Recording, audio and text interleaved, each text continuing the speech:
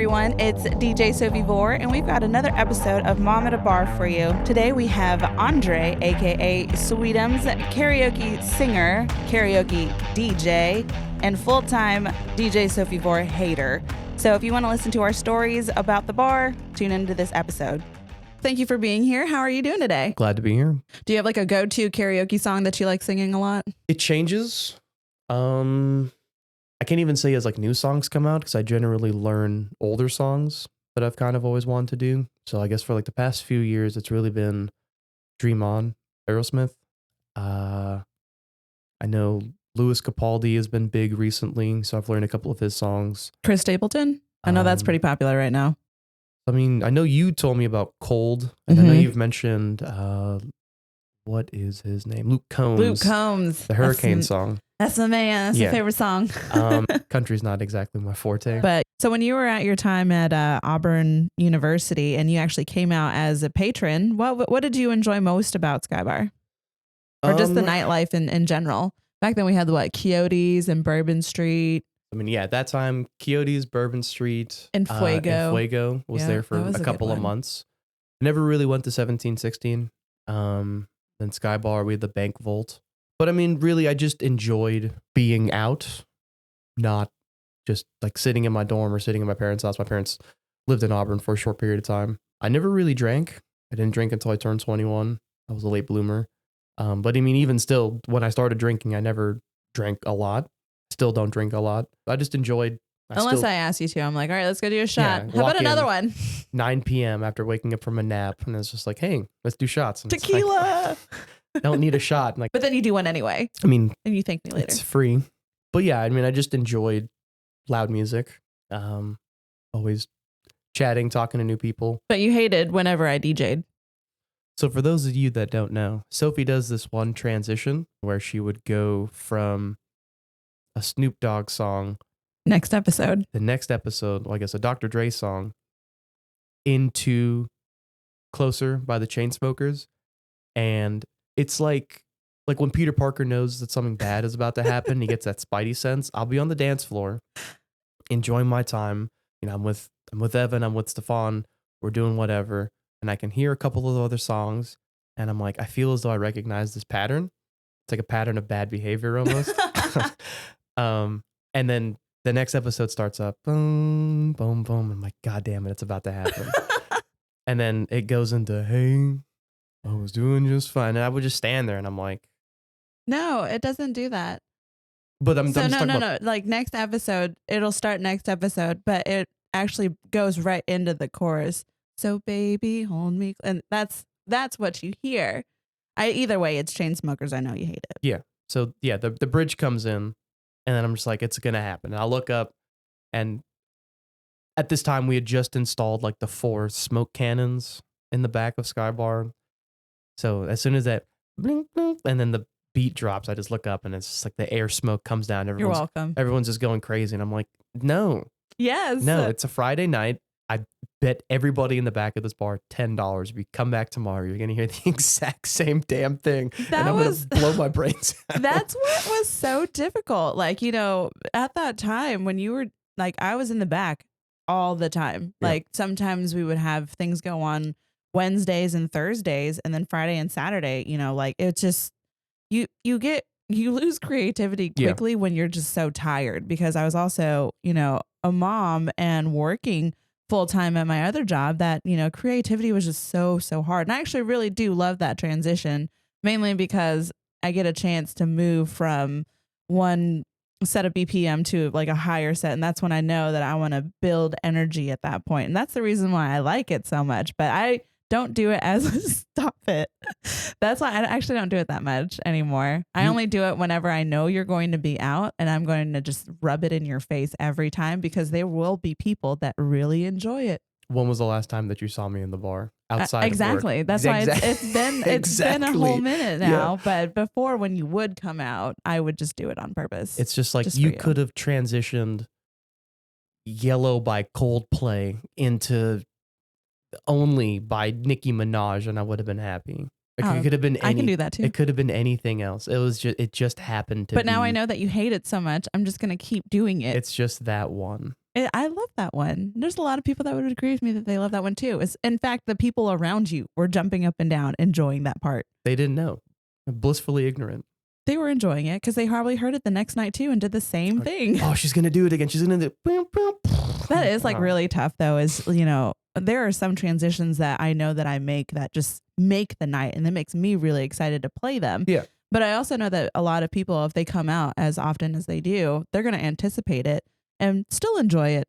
But usually, like, my goal whenever I'm DJing is to try to get 60% of the crowd like in my favor. 60%. That's all I want. A little more than half.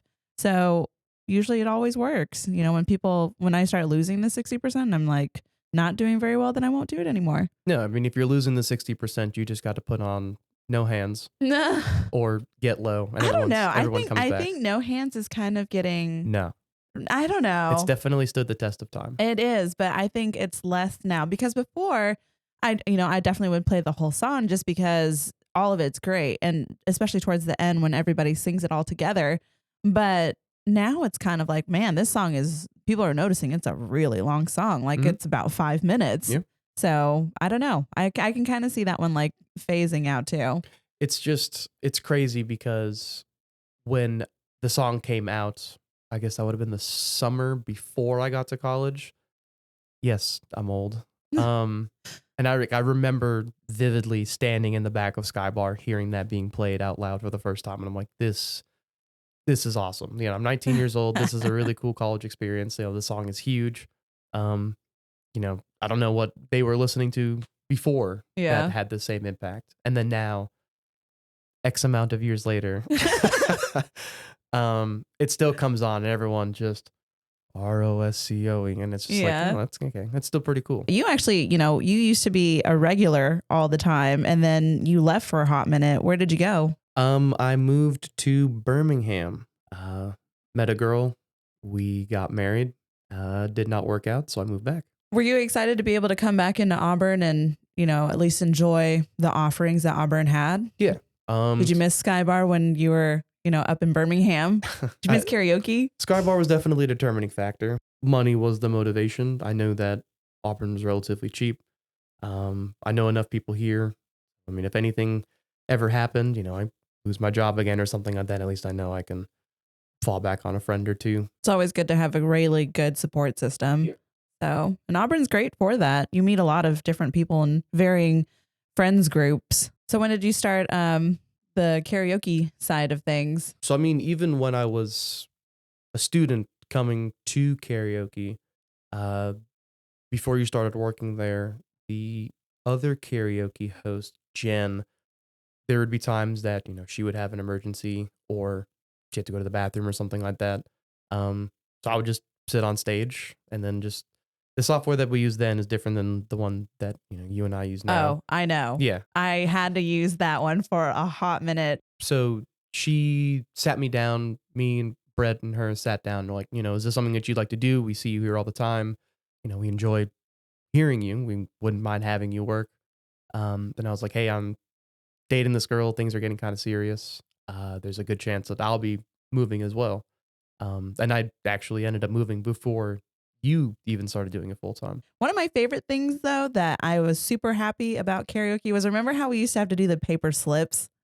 I hated because it would just stack up in the corner. People are like, "Oh, did you get my sign up?" And it's like I have to sift through, a whole bunch of little sheets now. Yeah. And like, oh, sorry, Susie, I didn't get your sheet. Yeah. Can you sign up again? I'll move you in somewhere. And then it was so then during COVID times, and this is like my favorite thing about karaoke during that time was, we moved to doing everything kind of through Instagram. I was trying to figure out, like, because I didn't have a lot of time to put something together to, have somebody be able to sign up with like their mobile phone or anything. So I was like, all right, well, Instagram's something that I'm on, I can use it, whatever. So when we started doing that, it made life so much more simpler, just because, one, they could request a song. And if somebody had already requested that song, I could be like, well, somebody's already singing it.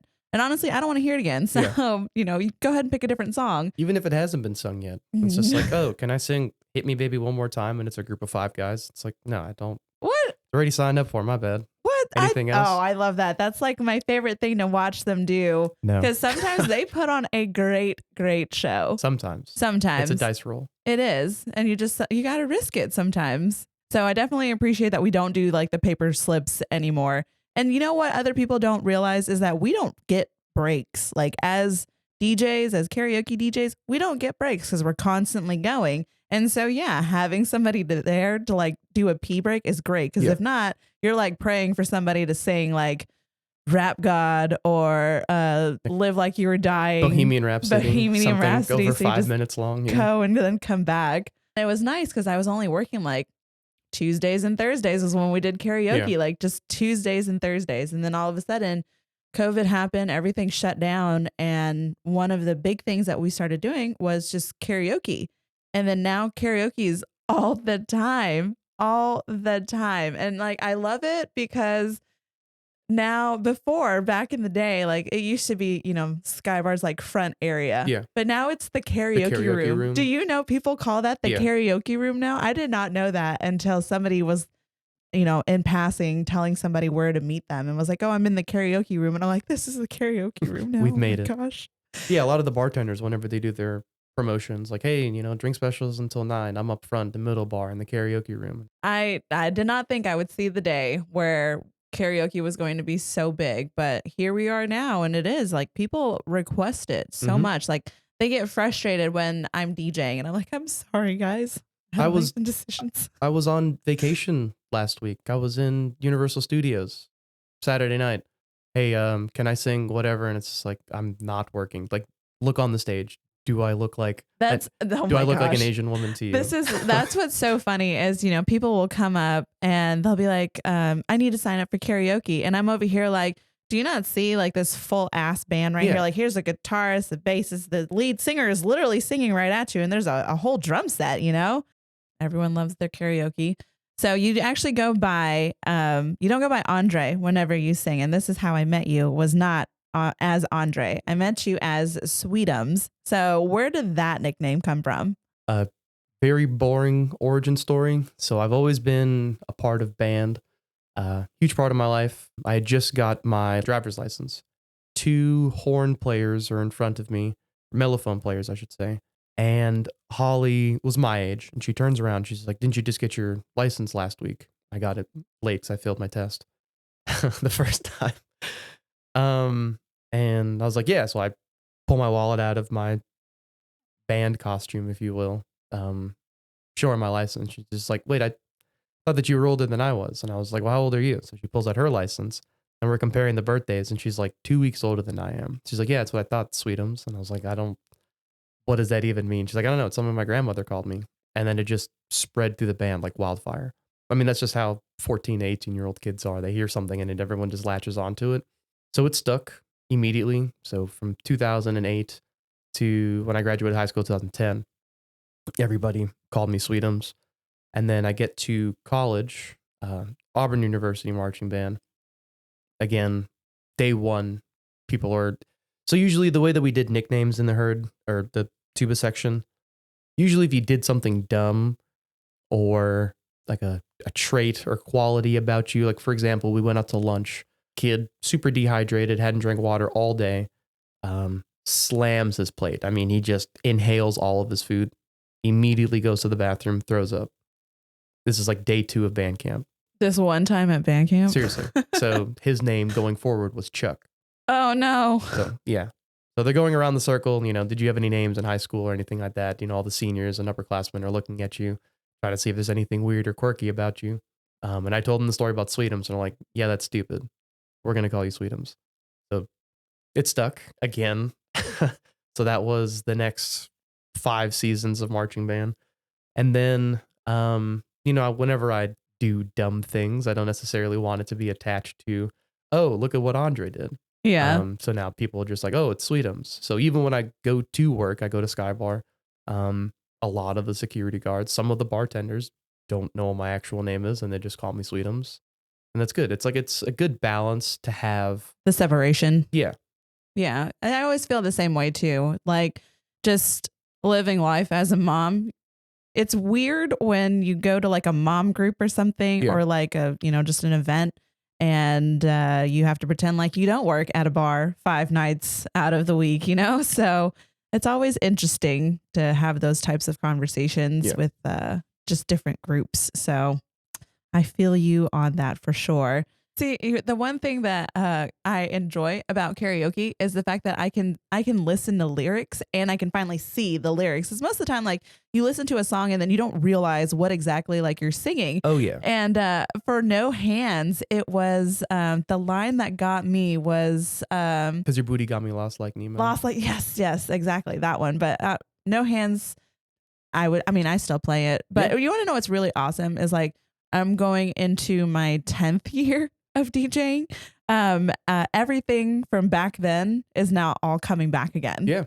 Because thank you, TikTok. And then also like everyone that is at the bar now, like old enough to be at the bar, that's kind of like their nostalgia era. Yeah. Of like listening. That's the throwback. Yeah. That's it's like, they're like, they were like 10 years old, 11 years old, like belting these songs out. And I'm like, well, we're going to bring it back to the bar then. It's crazy to think about the things that we sang at that time, like the music that was popular during that time, and like just how like vulgar and just straight up crude Colt it was. 45. Yeah, like things like and then looking at it now, like you're saying, looking at the lyrics, and it's just like reading the transcription, and then she whooped out a dick that was way bigger than mine, and it's just like, oh yeah, that played on the radio, and our parents would be driving just going for it. Yeah, you know, like I think that's what makes it really tough too, is for karaoke we have that giant screen up where it has all of the lyrics on it, and especially for something like graduation weekend or like welcome week or football games, I'm just like, oh great, we're gonna see all those lyrics out of Colt 45 just right there. So what I usually do whenever someone picks a song like that, Colt 45 or Gold Digger, Kanye West, I'll mute the music that's playing in between songs, and I'll lean into the microphone and I'll look at everybody else in the crowd and I'll say, please only sing the words on the screen. Some of the words on the screen do not apply to you. If you say the N-word, we will throw you out of the bar. And then I'll hit play. You want to know something? So when I first started karaoke, you said the N-word? What? No. No. Absolutely not. No. Gold Digger was such a popular song back then. Like all the sororities, everybody would want to sing it. Yep. However, it was the explicit version. So one of the first things I did when I could figure out how to add music finally was I got the clean version of it. So the warning I always give people is I'm always like, hey y'all, this is the clean version. Okay. And you get that? Like, look at me here. Clean version of the song. And so obviously, like once it starts and then they just drop it, I'm like, all right, I warned you guys, like, please get off. Like that, I have no shame in that. I've cut the song off a couple times. Yeah, I cut the song off and I'm like, get off. Like, I'm sorry. We had this discussion. You're going to make people feel uncomfortable if you say it. So just, don't. Like, if I hadn't warned you, obviously, but I did. No, I make them uncomfortable. Yeah. It's like, just, there's sometimes like I'll play, I'll play like Niggas in Paris, and I'll just play it out loud for everybody to listen to. And I'll be like, all right, the first non-black person to tell me what the song is called, I'll buy you a shot. And then people will run to the stage and they're like, oh, no, sir, it's Niggas in Paris. I'm like, what the hell? What are you doing? Like, you have been caught in 4K by me, this security guard, and the security guard that's over there. You are a moron. All I can think about is just that Pikachu meme now. No, it happens. I don't want to say every time, but more How times often than do you not, do that? I did not know you did that. frequently. Oh my gosh. Ask the security guards that are on stage. Like sometimes I'll play it and it's just like ball so hard. And I'm like, the first person to tell me what the song is called that's not black gets a shot. It's called Homies in Paris. And then people will look around at each other. Like you can see them sitting at the circle tables. They'll look at each other and they'll be like, I'm going to fucking go for it. No. And then they'll stand up and then they run over to me and I'm like, you're dumb. It's fun. Or like I'll play Gold Digger out loud and then I'll mute the first chorus as he's saying it and then lean into the microphone and be like, well, I hear my people, but I don't see my people. And then people are just like, oh, he did it. He did it to me. He got me. And then everyone sits back down. What was it at? Was it at Hangout Fest? Was it Kendrick Lamar that did that? Remember, like he asked somebody to come up on stage to sing his song and it had the word in it and she sang it. What word? Stop it. You stop it right meow. I think it was Kendrick Lamar. Probably. Hangout Fest. That makes sense. I understand the argument, but like at the same time, I don't understand the argument. It's very easy to not say something. Oh, of course. people have been very successful. Rappers have been very successful.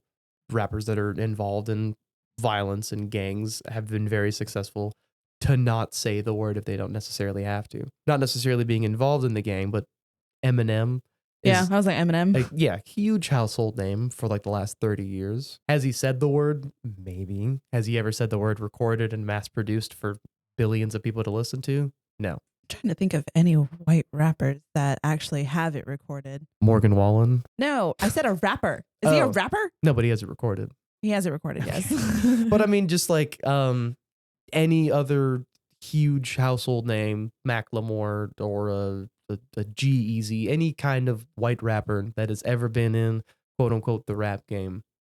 Very, very successful artists. Jack Harlow. They don't necessarily, you don't have to say the word. He's got his Kentucky shit. But then I do understand the hype and being in the moment. It's not even a word that I use regularly, honestly. But if it's in a song and I feel like I'm about to run through a wall because it's building up to a part of the song or something like that, yeah, like Mercy, good music. Whenever the 2 Chainz part comes on at the very end of the song, yeah, I'm gonna run through a wall and I'm gonna be shouting the lyrics as loud as humanly possible. But while you're doing it, you're watching everybody else to see who's doing it. Yeah. Like it's I get it, but it's not permissible sometimes. I'm also not the authority on what people can and can't do or should and should not say. I will say, like, there are a few security guards that will watch for these things, you know, especially if I'm working and if I've got a song that's playing, like they'll watch themselves and they use that as an opportunity to help enlighten folks. Enlighten, yeah. That's a good way of putting it. So what is like the most requested song that you get? To either sing or just play? Recently it has been Slut Me Out, NLE Choppa. God, I hate that song. He literally says the word gooch in it. Like I've not like just play with my gooch. Like who writes songs like that? NLE Choppa. And it's so popular and everyone sings it together. It's one of those, it's very vivid imagery. So I mean, if you think about it, eat this dick like it was ugly. And you just think about eating dick. You think about eating dick. All right. Wait. everyone hold up. No. You have to you have to like associate it with something else. Just think about you haven't eaten all day and you get back and I don't know, let's say you're God damn it, like you're 17 years old. There's a bowl of cereal sitting in front of you. I love cereal. And it's just like, I'm going to absolutely destroy this. And you're just going absolutely bananas on it. And that's what you think about. That's the imagery that he's trying to portray, that he would like this young lady to fellatiate him. Yeah. Violently. It's a lovely song. Yes. I would play it at my wedding. First dance. What about any other songs? How about to sing? So for a while, Feathered Indians, I don't know who sings it. Tyler Childers. Was a huge song for people that request to sing. And it just got on my nerves so quickly. But you love it. No. You love this song, right? Not whatsoever. If it's any kind of football weekend, it's really going to be more Sweet Caroline. Yeah, more of your usual Auburn Don't country songs. Stop Believin'. And then, the classics, Don't Stop Believin', or You Give Love a Bad Name. Yep, Bon Jovi. That's a good one. I love that one. Songs like that. Piano Man. Are going to be the more popular ones. Yeah, Piano Man. Your Bohemian Rhapsodies. Do you ever go to like other karaoke bars and then try to like throw down those songs as well? No. No? No. I know what song you sing when you go. So, I mean, if I ever go to another karaoke bar. Before He Cheats. Before He Cheats is a great one. I cannot lie. Because I like to challenge myself. I like to sing songs that I know are going to be like at the very top of what my vocal range is as a guy. So, I mean, I do sing a lot of female-led songs. When did you start singing? Because I know obviously you were in band, but how did the singing come into play? So I've always been interested in singing. I think I did like a boys choir. So I would have been like 6 and 7. So it was just before I moved. Just sang in the church choir, moved to the States, and then I got to college. For my degree, I had to be in a choir of some sort because you had to learn all the music instruments. And there was I think like a 2 or 3 semester choir requirement. So I did gospel choir. So I would have been 20 to 22 years old, singing in gospel choir. A lot of fun. But as I'm doing that, growing my voice, starting out as just a tenor, and then singing like alto 2 parts. So I'm standing next to a girl on my left and I'm singing her part, trying to keep up with her just to challenge myself. And then going to karaoke. Do you still sing the same song that you sang when you first started karaoke? No. No? What did you start off with? Like, what's your growth in vocal range? The very first song that I sang was Baby Got Back, Sir Mix-a-Lot. That's like not singing. No, I'm not going to lie to you. I don't know. How frequently do you practice your songs? Like, do you sing in the shower or on like your car rides and then you're like, I'm going to try this one out? I am a huge car singer. Shower, I'm more listen to music than sing. But other than that, no. Did you ever get like nervous when you sing? No. No, never. Like the stage fright is just never there because of your experiences. The last time I would say that I was nervous performing was my very first pregame performance at Auburn. It was Arkansas State, 2010. You run out of the tunnel, like you hear the band video, you can hear everyone yelling. And you're like, this is really cool. You know, I'm going to run out there. It's just another pregame show. And I tried to equate it to a halftime show in front of maybe 1,000 people in a high school band. And you run out, have my tuba down, tuba's in front of me. So, I mean, when you have a tuba bell in front of you, it's like emo bangs essentially. So I can't really see anything out of my left eye. You lift up your tuba and then I can see just like half of the student section. And then it's just a sea of orange of just like 87,000 people just all looking at you. And I'm just like, well, damn. Okay. But it's so much easier because you're like in a group, like, you know, the marching band. But really? There's 380 people in the band, but pregame is probably like 330. The delay is what kills you. Okay. Yeah. It's so loud. So bum, bum, bum, bum, bum, bum, bum. Turn 2, 3, 4. Whoa. And it's like cacophonous of just everyone yelling downward at you. Sometimes you can't hear yourself play. Do you miss being in the band? Oh yeah, all the time. Is it weird like going to games now and not being a part of that part? There's the first couple of years were tough. I had good experiences, I had bad experiences, but it got to the point later on in my band life, if you will, where I was just going to play the instrument, to learn the music, to play the music. Yeah, I definitely went because I wanted to be in band. So you've also done, aside from karaoke, you've had opportunities to sing with, you know, some of the bands. What's that like? Is that nerve-wracking to, you know, do you actually practice with the bands or you just go up there and just sing with them? I have never once practiced with any of the bands in the last X amount of years that I've been going to the bar. He's an old bitch. Yeah. The very first time I sang with a band was Blackberry Breeze. I think like their inaugural year. They had come to the bar a few times. This is back when they all wore like the same color shirt, but different color ties. I miss those days. Yeah. Trey, got to bring that back. Yeah. They had a new guitarist. His name was Jason. He looked like Slash from Guns N' Roses. He was really cool. He goes over to Trey and he points at me. And then Trey looks down and he's just like, this guy has been to like our last couple of shows. And he sang every word along with us, essentially. Like, do you want to sing a song? And I was like, sure, okay. So I go on stage. And then they're like, what songs do you know? And I was like, well, can I look at your set list or anything like that? And he's like, well, we have one, but we're not really going off of it right now. It's a guideline. Yeah, essentially. And he was just like, what's a song that you know from like the mid 2000s that you think you can sing decently? And I looked at the 4 of them and I was like, do you guys know a song by The Darkness? I Believe in a Thing Called Love. And then Jason was like, and I was just like, all right, we're gonna do it now. Okay, let's see what happens. And it went well. And then that's been how it's been going for a while. And then even in 2020, when Paul got married, I sang that song at his wedding. Do you still sing that song with them? Yeah. Over the years, I've sang a lot of different songs with them. Can't Feel My Face, The Weeknd, Are You Gonna Be My Girl, Jet. There were a couple of shows where some of the members who will remain anonymous have been too inebriated to sing. So like I'd had to stand there with their set list and be like, okay, I can do this one. I can't do that one. I can do these 2. And I've had to sing multiple songs Like they're standing there playing their instrument or pretending to play. Yeah. No, that's the thing though.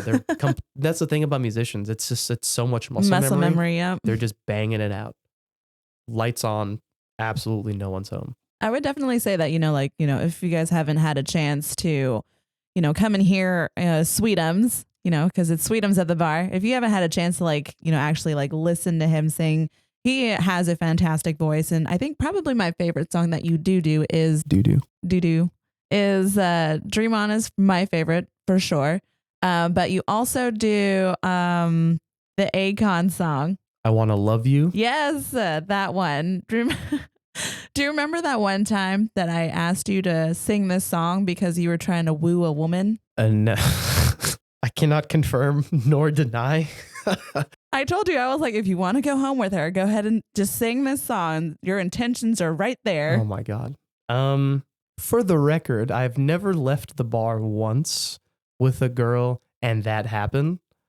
I'm a good Catholic boy. You just met them afterwards. They didn't leave with you. We hang out. You hang out. We have deep, meaningful conversation. In the car. Oh my God. Late at night. Oh. So what's the line that you love singing at the end that I just absolutely hate that you do? The very last word of the song is girl, and I always change it to squirrel. And why? I need to know. Squirrel's my favorite animal. Always has been. I have 2 couches in my living room. On one of the couches, there's like a little squirrel-shaped pillow. Send you a picture of it later if I remember. I've always been obsessed with squirrels. Like I have a squirrel phone holder, like a squirrel plushie, like pencil pen holder. You know what? We're going to go through and try and figure out how many times you can fit in the word squirrel for every time you use the word girl when you're singing. No hands would be a good one. Squirrel the way you move in. Yeah, exactly. First word of the song, last word of the song. But I only do it in certain parts when I know people aren't necessarily paying attention. All I hear is just squirrel right at the end of it. I want to love you already. No, squirrel. And people will be dancing, and then they just kind of look at me and what did he say squirrel? And then during the height, if you will, of me saying that, there was a security guard that worked at the bar, and his nickname was Squirrel. Oh my God, yes, that's right. And his nickname was Squirrel. So whenever I would sing that, he'd be in the back he's saying this to me. Definitely wasn't the night you were trying to take somebody home. No. So what's it like dating though? Being an old man? Not an old man, just working in the scene in general, because obviously you see a lot of women, they all want your Snapchat. They know you sing really, really well and they want to get to know you. So what's that like? Is it tough? No? Easy. It's very easy. How easy? I am just not really interested. Once I'm in a relationship, it's just cool. You're just another human being that's standing in front of me. Is jealousy a big factor for the person that you're seeing? For the exact reason that you just laid out. She doesn't like the idea that people will come on stage and they'll be like, oh my God, you sing so well. Can I sing? Sing with me, please. Taylor, yeah. Can you sing? Do you know the Bradley Cooper part in Shallow? And I'm he sings 4 lines. Yes, I know the Bradley Cooper part. Before we started dating, there was, to this day, I still don't necessarily remember it happening. Someone will come on stage. She's sitting out there, watching the transaction between, and I'm just typing, all right, cool. What's your name? Awesome. Type it in. As soon as she gets off the stage, I have already forgotten who she is. And then a day or 2 later, she's just oh yeah, so the next time you want to decide to have Halloween Town up on stage with you, and I'm what is Halloween Town? She's don't act like you don't know who I'm talking about. I was I legitimately have no idea who you're talking about. She's the girl that was wearing the orange and black sweater in the middle of March. Don't act like you. I'm she was wearing an orange and black striped sweater, but I don't. Halloween Town. So it immediately the light bulb went off that her wearing what can be passed as a festive Halloween sweater. That's a pretty good nickname though. So she will joke about it every now and then. She'll bring her up and I'm just oh. Can she wear that for Halloween? That would actually be hilarious. But yeah, she knows that people are going to be on stage and come and talk to me. See, that's your fault right there, because you let people on stage. For me, I'm nope. I haven't. Absolutely not. Not in the last month and a half. Yeah. I mean, you've learned. It makes it like it's so much easier when you have less distractions around you, because we do get really, really busy and we're constantly like having to multitask with a bunch of other different items. So for me, it just makes it easier if we just keep, that wall. Like I'm up here doing my thing, you be down there. Because a lot of times someone will stand at the edge of the stage and it'll just be shouting at me. And I'm just I hate typing, that. not paying attention. I will do that on purpose, like just ignore them on purpose, because one, I'm not a dog. Please don't call me like that. If you need something, I have a way for you to access me, which is through my DMs. Message me. Yeah, just message me. Go to the last post. My name is there. If not, there's a massive banner in the front. Yeah. And I've been responding to you all night through the same name that's on the massive banner in the front. Exactly. Why is this interaction going to be any different? Even just regular DJing in general, when people just shout at you, like I can understand that it's loud, but it just makes you feel some type of way. Like for me, I feel like I'm a dog and you're trying to call me to have so that you can give me a command that I'm just supposed to do like that. Yeah. The shouting doesn't bother me as much now.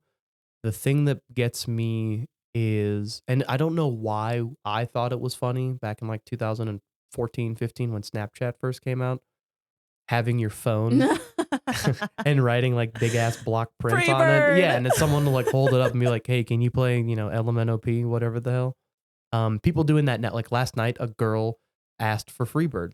So I was just like, you know what? In between, it was like 1 a.m. or so this morning. I was like, in between the next, how many ever people are that are going to sing, we're going to listen to all 9 minutes of Leonard Skinner's Freebird because this one girl asked for it. I'll purposely move a song that is coming up that's long so I can go to the bathroom or something, or just not be in the corner for a minute. Yeah. So breaks are definitely really, really hard. So what kind of crazy things have you seen, in your time as either like a patron or somebody who works in the downtown nightlife scene? So during graduation season, like something weird always happens. Like I don't know what it is about graduating where things are just going to get weird on the karaoke stage. So one time when I was working, they wanted to sing "Life is a Highway." Classic. And I was like, okay, yeah, I love that song. Great. So they're going into it, and then all of a sudden the girl's knee just pops out of place. It just pops out like on stage. And I'm just kind of, I don't know what, do I stop the song? Like what, they're still singing. Wasn't this like a year or two ago? Yeah. It was recently. I was pretty sure it was like this past graduation season, like either December or May. But yeah, it was just an insane thing that happened where she just literally had her knee just dislocated. And what was interesting was she was explaining that it happens all the time. Like it's a party trick for her. And I'm like, that's awful. Are you okay? Yeah. Like, can I help you? I've made it this long in life without ever breaking a bone. That's impressive. Yeah. So that definitely was something like super crazy that I can think of at the top of my head of karaoke. So there was a Twitter account called Auburn Makeout. Oh my gosh. Where people would just like post pictures of obviously people making out in the yes. bar. Never been. Post it. Faces are usually blurred out. Sometimes. Whenever I would see my friends doing it, I would take a selfie with them. So it would just be me, obviously in the foreground of the photo, and then my friend making out with whomsoever in the background. So it got to a point where I was running the Tiger Makeout account. I wasn't like in charge of the account, but I was just featured a lot. Yes.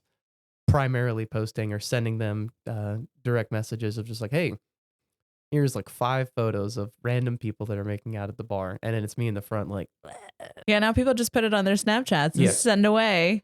Is Yik Yak still a thing? Like, do they still have Yik Yak? It exists. I don't think anyone uses it as much. We actually had that Yik Yak party at Sky Bar. Yeah. And I'm not going to say, like, that party was probably one of my favorite parties because they literally brought a giant yak and put it on the dance floor. Like an animal? No, like a mechanical yak. I'm sorry. So, like how they have like the mechanical bull riding? Well, they brought like this mechanical yak. And, people had an opportunity to, just kind of ride it like a bull, and things got really crazy. Fun. And one of the things that I had asked the people that were putting it on, because this thing is furry, like it's not just your random leather, mechanical bull. It's a furry yak. And so I was like, how many people have thrown up on that and how often do you have to clean it?